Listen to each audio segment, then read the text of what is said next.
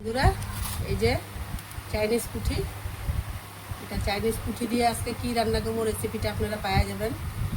Chinese পুঁটি এটার মধ্যে মশলা কী দিব, ওই যে এখানে আছে জিরা বাটা, আদা বাটা, লঙ্কা বাটা দিব, আর নামানোর সময় দেবো ধনিয়া পাতা, আর আজকে এরকমভাবে মাছের ঝোলের মধ্যে দিব, তাহলে খাইতে ভালো লাগে। আজকে বাইটা দিব না। আর বন্ধুরা মাছটা বানাবো আমি এই যে আবর কচু দিয়ে। আবর কচু বেশি না, আমি এবছর কচু খাই নাই বন্ধুরা, সুগার বাড়ে, তবে আজকে খাইতে ইচ্ছা করছে। কচু দিয়ে বানাবো মাছটা, আর আলু বেশি দিব না, আলু দিব একটা।